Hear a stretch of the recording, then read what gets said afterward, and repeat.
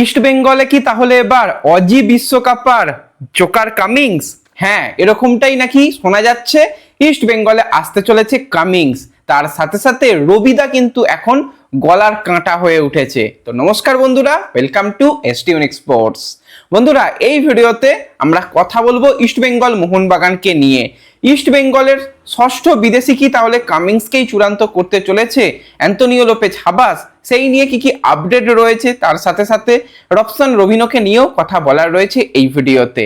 তাই ভিডিও শুরু করার আগে একটাই রিকোয়েস্ট, চ্যানেলে যারা প্রথমবারের জন্য এসেছো মনে করে চ্যানেলটাকে সাবস্ক্রাইব আর ফলো করে নিও, তাহলে প্রিয় দলের খেলার সমস্ত আপডেট তোমরা এখানে পেয়ে যাবে।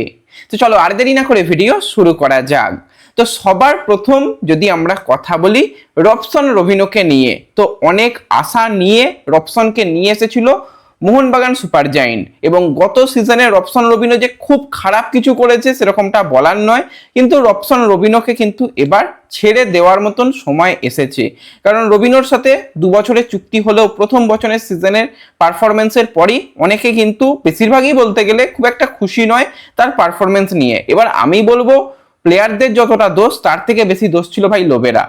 রবসন রবিনো একটু বেশি সত্যি কথা বলে ফেলেছিল, এটাই সমস্যা। কারণ রবিনো বাংলাটা খুব ভালো বোঝে, দীর্ঘদিন ধরে বাংলাদেশে খেলেছে, বসুন্ধরাতে খেলেছে, তো তার কানে যা যা কথা উঠেছিল তার পরিপ্রেক্ষিতে সে কিন্তু বেশ কিছু জিনিস বলেছিল।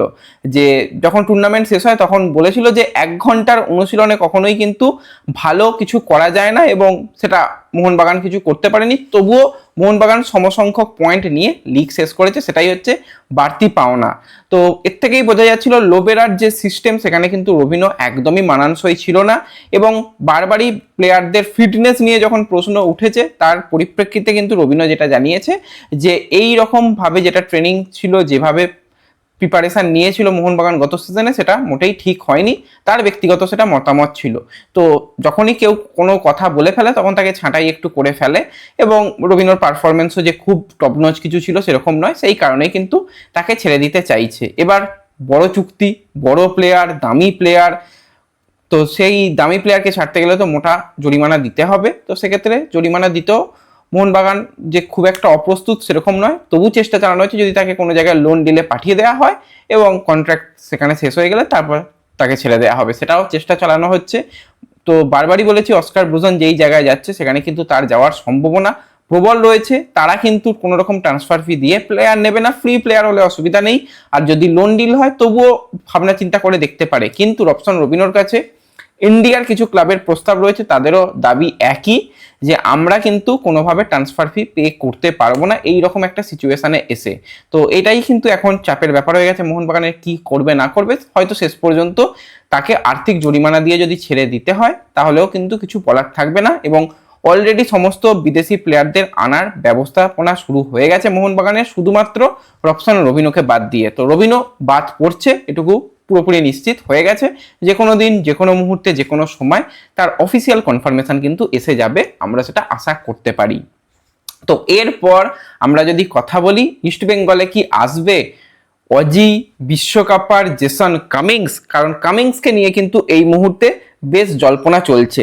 তো আমরা যেটা তোমাদের আগেই কামিংসকে নিয়ে শেয়ার করেছিলাম, আমরা একটা রিলস বানিয়েছিলাম, সেই রিলসটা মোটামুটি 50 থেকে 60 হাজার জন তোমরা দেখেছো, এবং সেখানে মিক্সড রিয়াকশন অনেকের রয়েছে। আমরা ভিডিও বানিয়েছিলাম 2টো ভিডিও, তো সেখানে লাস্ট আমি দেখলাম যে অনেক দিন আগেই, প্রায় 31 দিন আগে একটা ভিডিও বানিয়েছিলাম, সেখানেও এই আপডেট আমরা তোমাদের সঙ্গে শেয়ার করেছিলাম যে ম্যানেজমেন্টের অত্যন্ত পছন্দের একটা অপশন হচ্ছে অজি বিশ্বকাপার জেসন কামিংস, কারণ জেসন কামিংস ইন্ডিয়াতে এসে যথেষ্ট ভালো পারফরমেন্স করেছে।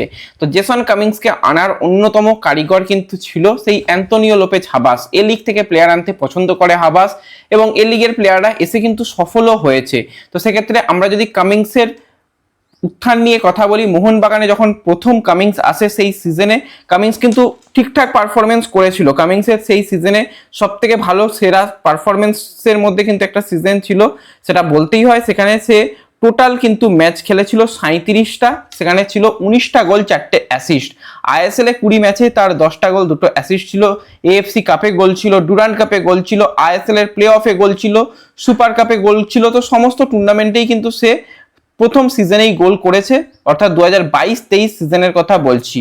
তারপরে যদি তার পরবর্তী সিজনের দিকে তাকাই, 23-24 সিজন, সেখানেও কিন্তু সে ঠিকঠাক পারফরমেন্স করেছিল এবং সেখানেও যদি আমরা কথা বলি তো টোটাল কিন্তু 30 ম্যাচে তার গোল ছিল 11টা গোল, তার সাথে 7টা অ্যাসিস্ট ছিল, যেটাও কিন্তু একটা ঠিকঠাক পারফরমেন্স ছিল।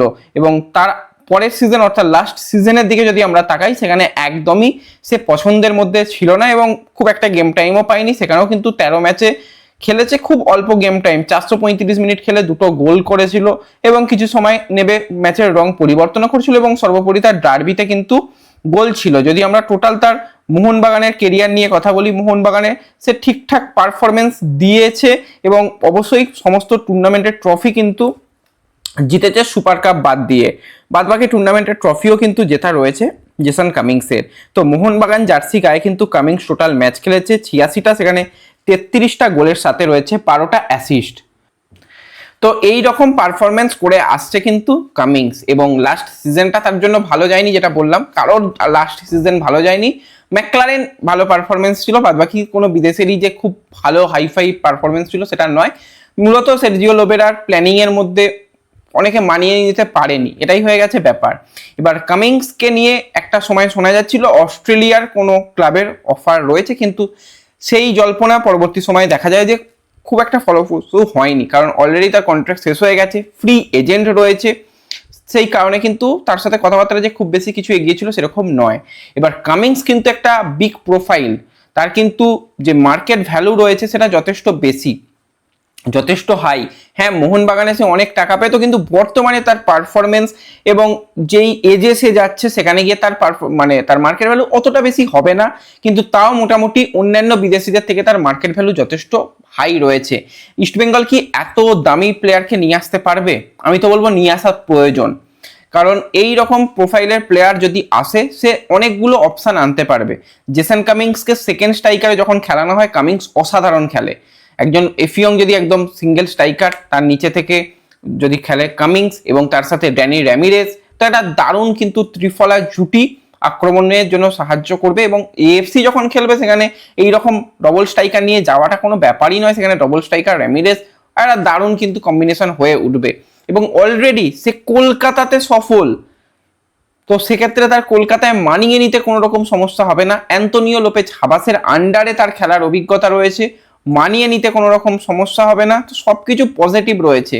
এবার হচ্ছে ব্যাপার কামিংসকে নিয়ে মিক্সড রিয়াকশন যেটা রয়েছে, বললাম যে কামিংস নাকি ইস্টবেঙ্গলকে নিয়ে অনেক কিছু মন্তব্য করেছিল, আমার তো খুব একটা সেরকম মন্তব্যর কথা মনে পড়ে না। হ্যাঁ, ওই আরামসে যে ব্যাপারটা হেক্টর ইউস থেকে বলেছিল, ঠিক আছে, হেক্টর ইউসের সঙ্গে সে খেলেছে, তার সাথে ব্যক্তিগত খুব ভালো সম্পর্ক ছিল কামিংসের, কোনো ব্যাপার নয়। হ্যাঁ, দু একটা কিছু স্টেটমেন্ট, সেগুলো তো স্বাভাবিক, যে কোনো দলের যে কোনো প্রফেশনাল প্লেয়ার থাকলে তার চির প্রতিদ্বন্দ্বী দলকে নিয়ে এটা ওটা বলবেই, সেটা স্বাভাবিক, কিন্তু ঠিক আছে, তো এগুলো মানিয়ে নিতে হবে, মেনে নিতে হবে। সে যদি ইস্টবেঙ্গল জার্সি গায়ে খেলে, প্রত্যেকজন কিন্তু কামিংসকে নিয়ে কিন্তু উচ্ছ্বাস প্রকাশ করবে এবং কামিংসকে সাপোর্ট করবে, সেটুকু বলাই যায়। হ্যাঁ, কথাবার্তা এক প্রকার হয়েছে, আজ নয়, এটা অনেক আগেকার খবর। মাঝখানে আরো কিছু প্রোফাইল ছিল, কিন্তু সব দিক বিবেচনা করে কিন্তু এখন Cummins one of the best option. আমরা বারবারই বলছিলাম 3টে অপশন রয়েছে, সেখানে এ লিগে লাস্ট সিজন পর্যন্ত খেলা একজন বিদেশি প্লেয়ার, এ লিগে ভালো পারফরমেন্স করে ইন্ডিয়ান ফুটবলে সাফল্য পাওয়া একজন বিদেশি প্লেয়ার, এবং আরো একজন প্লেয়ার যে এ লিগের সাথে সাথে কিন্তু আরো বিদেশের লিগে খেলেছে। তো সেই 3জনের মধ্যে হয়তো কামিংসের নাম থাকতে পারে। এবার দেখা যাক, সাইন তো এখনো হয়নি, এই নিয়ে কিছু বলার নেই। সাইন যদি হয়ে যায়, আমি তো বলবো একটা দারুণ এফিয়ং এর সঙ্গে জুটি বাঁধার মতন অপশন, এবং এই প্লেয়ার এলে কিন্তু ইস্টবেঙ্গলের অনেকটা ভালো হবে। তো ওভারঅল দেখা যাক এই নিয়ে পরবর্তীতে কি হয়।